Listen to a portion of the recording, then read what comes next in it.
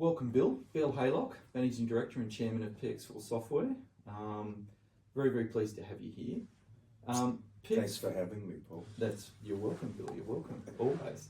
PX4, it's an interesting product from the point of view that it works off jurisdictional workflows, or regulatory workflows, we call them.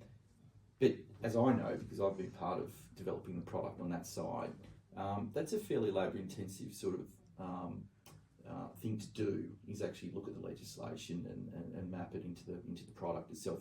It's critical for the product. But how do you see the scaling of the product, and what sort of tools can we use that are existing now and potentially in the future to scale the product quickly, so that we can meet market demand a lot more quickly as well, and perhaps be proactive in the way that we actually develop the system jurisdictionally? Yeah. Thanks, Paul. There's a couple of parts to that question, and I'll come back to the tools and how we do the tools second. But I want to just talk about the jurisdictions. And if I put it this way, every jurisdiction or every different state is a jurisdiction. It's got its own mining act or exploration mining, and its own oil and gas act for that matter. So it's basically two resource acts. A state is a country, or a jurisdiction is a country. It's how we define it. Now, there's something like 296 countries in the world.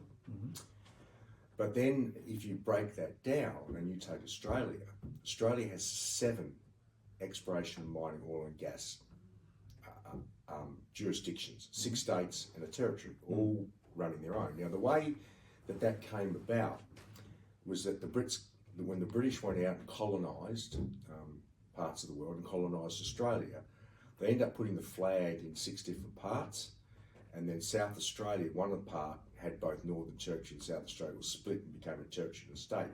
So we ended up with 7 jurisdictions, and each one of them had its own mining act, which are fairly similar at the beginning, but then morphed in time because they're run by different states.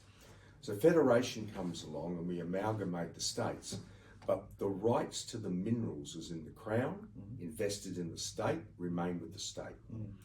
And you know, some treasurers like Wayne Swan trying to get their greedy, muddy little fingers all over our state's money. Didn't happen, right? That's because he couldn't manage his own. Well, I hope Wayne's not listening to this. But hello, Wayne. And Wayne's an old, I know Wayne, so good on you, Wayne. Okay. But so Canada's the same. The USA is the same. They're all individual states with all, and so they're saying today those states run their own mining and oil and gas. I then go to India. India, again, a British colony. There's something like, I think, 27 Indian states and provinces or thereabouts. Again, whilst they have a federal act, it's administered with state laws at a state level. So there's all those different provinces. We go to Argentina, another country that consolidated states. Again, it has a main act, but then all administered at a local level. So when I start to add all that up, I've now got nearly 500 jurisdictions. But I've also got, and that's just mining exploration. If I add oil and gas, maybe I've got 1,000 acts, mining acts or exploration acts that we need to look at. So if we are to go out to the world and have these services, and we have people identifying where they want our products, so we're doing jurisdictions, we've done some in Africa, half a dozen there, half a dozen in America, we've done Australia, New Zealand. To get to that's a huge scaling. And as you rightly said, it's quite a labour-intensive game, and we know that if I just took one jurisdiction and say one authority, so let's call that just one exploration permit, it's probably a 5 to 6 days of work for a very competent, well-skilled subject matter expert that's only ever worked in exploration mining, knows how to open up an act, knows how to read it from the beginning, the moment you apply for it, all the way through until it's surrendered. So we have to actually, physically, we have somebody that does that piece of work. And then that work is put in right now into a very sophisticated Excel spreadsheet that leads the software programmer into how to put it into the workflow engine. So it's kind of a step to go forward. So the question is, how could I help the subject matter expert, get from A to B quicker? Is it 5 or 6 days? Could I reduce that to 3 days, 4 days, allowing them to double check, and save time? The quicker I can do that, the quicker I can actually expand and scale everywhere in the world. So that's the kind of the intention of it. I mean, there's a few other sophisticated parts of the black and the white and the grey that you and I are not going to go into because we know it and the rest of the world probably doesn't understand that. Yeah, absolutely. Yeah, very good, very good. Well, look, thank you, Bill, for that. It's I think that the future is around that artificial intelligence technology that's coming out. All of that stuff that's developing really, really quickly.